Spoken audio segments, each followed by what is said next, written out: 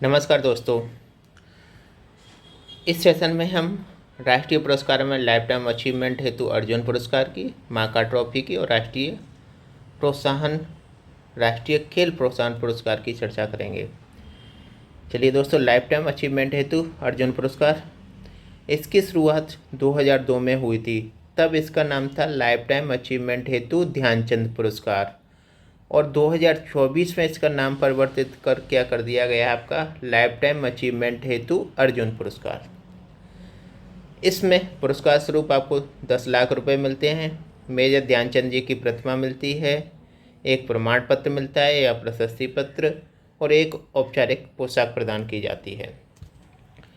इसकी पात्रता है आपकी जिन्होंने खेल क्षेत्र में सेवानिवृत्ति के बाद भी सक्रिय योगदान दिया हो, और जिन्होंने आजीवन उपलब्धि यानी जब खेल रहे हो, खेलते समय भी और खेलने के बाद भी संपूर्ण जीवन काल में खेल को बढ़ावा दिया हो, ये पुरस्कार उन्हें प्रदान किया जाएगा।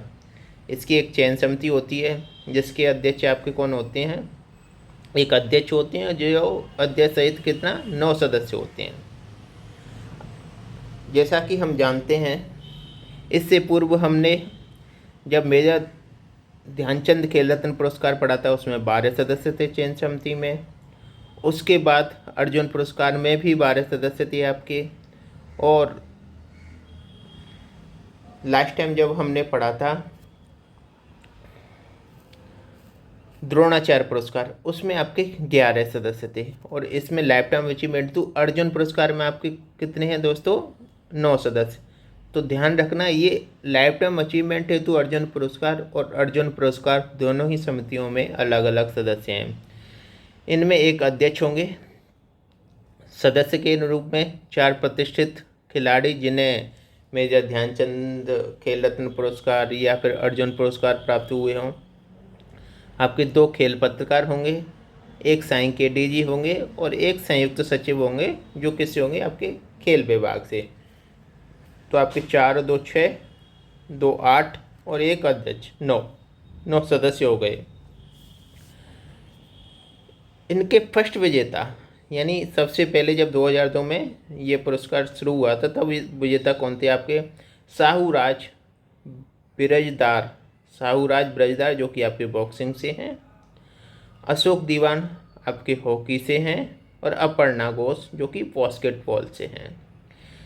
अब 2024 में ये पुरस्कार किसे प्राप्त हुआ है, 2024 में प्राप्त हुआ सुच्चा सिंह जो कि आपके एथलेटिक्स को बढ़ावा दिया है इन्होंने, और दूसरे हैं आपके मुरलीकांत राजाराम पेटकर जो कि तैराकी को बढ़ावा दिया है। ठीक है दोस्तों, 2024 के पुरस्कार आपको ध्यान रखना है। ये थे हमारे लाइफ टाइम अचीवमेंट हेतु अर्जुन पुरस्कार। अगला है हमारा माका टॉपी। माँ का मतलब M for Maulana, A for Abul, K for Kalam, A for Azad trophy, यानी मौलाना अबुल कलाम आज़ाद ट्रॉफी। इसकी शुरुआत हुई थी आपकी 1956-57 में, और इसके प्रथम जो विजेता थे समग्र में आपके बॉम्बे यूनिवर्सिटी जो कि मुंबई से है। ध्यान रखना है, ये आगे जैसे कि पात्रताएं ये किसे प्रदान किया जाता है, विश्वविद्यालयों को। खेल क्षेत्र में उत्कृष्ट प्रदर्शन करने वाले विश्वविद्यालयों को ये प्रदान किया जाता है। तो यहाँ पर 1956-57 में किसे प्राप्त हो रहा है, ये बॉम्बे यूनिवर्सिटी को जो कि मुंबई महाराष्ट्र में है। और वर्तमान में यह समग्र रूप से विजेता हैं आपके प्रथम, वो हैं कौन, चंडीगढ़ विश्वविद्यालय 2024 में। अगर अन्य पुरस्कारों में देखें, इसमें एक प्रथम रनर अप होता है जिसको द्वितीय पुरस्कार बोलते हैं, और तृतीय पुरस्कार होता है द्वितीय रनर अप। द्वितीय पुरस्कार जो है, जो कि प्रथम रनर अप होता है, उसको 7.5 लाख रुपए दिए जाते हैं, और ये 2024 में प्राप्त हुआ है आपका लवली प्रोफेशनल विश्वविद्यालय पंजाब। तीसरा पुरस्कार है जिसे हम द्वितीय रनर अप भी कहते हैं, वो है 4.5 लाख रुपए, ये उसमें प्राप्त होते हैं, और गुरु नानक देव विश्वविद्यालय अमृतसर पंजाब 2024 में ये द्वितीय रनर अप रहे हैं। एक और फैक्ट है आपका, सर्वाधिक बार विजेता यानी सर्वाधिक बार ये ट्रॉफी किसने जीती है, उसमें आपके गुरु नानक देव विश्वविद्यालय अमृतसर पंजाब से इन्होंने ये ट्रॉफी 24 बार जीती है। ठीक है दोस्तों, यानी 24 टाइम्स ये जीती है, जो कि अभी वर्तमान में कौन है, द्वितीय रनर अप रहे हैं। तो ये है हमारी माका ट्रॉफी। आगे है हमारा राष्ट्रीय खेल प्रोत्साहन पुरस्कार। राष्ट्रीय खेल प्रोत्साहन पुरस्कार के अंतर्गत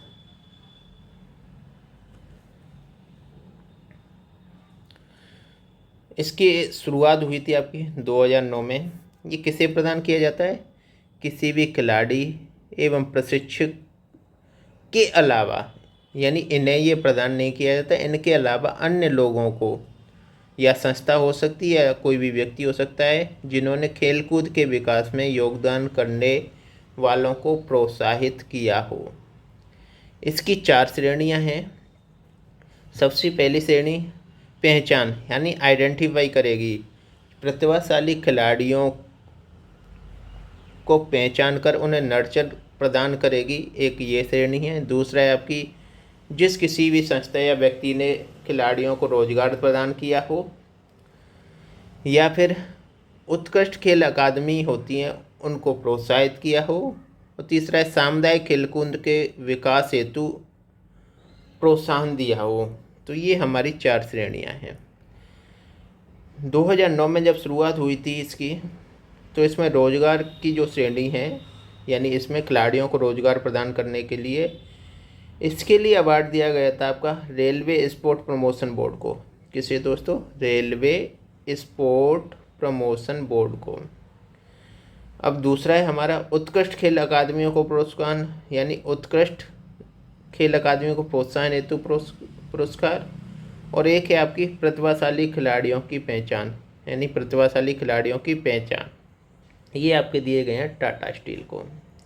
ठीक है दोस्तों, तो आपके शुरुआत में इन 4 श्रेणियों में से 3 को पुरस्कार प्रदान किए गए थे। एक तो पहचान के लिए प्रदान किया गया था आपको, दूसरा आपको रोजगार के लिए प्रदान किया गया था, और तीसरा आपको ये प्रोत्साहन है, पहचान, रोजगार, प्रोत्साहन के लिए शुरुआत में 3 पुरस्कार प्रदान किए गए थे 4 श्रेणियों में। यह जरूरी नहीं है कि सभी श्रेणियों में पुरस्कार दिया जाए। जब उस समय जितनी भी श्रेणियों में अगर कोई भी क्वालिफाइड हो, जिसे चयनित किया जाता है, उतनों को ये दिया जाता है। जैसे कि आपके 2024 में जो पुरस्कार प्राप्त हुआ है वो है physical education foundation of India को। ये किसके लिए दिया गया, स्पोर्ट्स फॉर डेवलपमेंट यानी विकास, सामुदायिक खेलकूद के विकास के लिए किसे पुरस्कार दिया गया है, physical education foundation of India को। तो दोस्तों ये थे हमारे राष्ट्रीय खेल पुरस्कारों की चर्चा। इसके बाद हम करेंगे राजस्थान के खेल पुरस्कारों की चर्चा। धन्यवाद दोस्तों।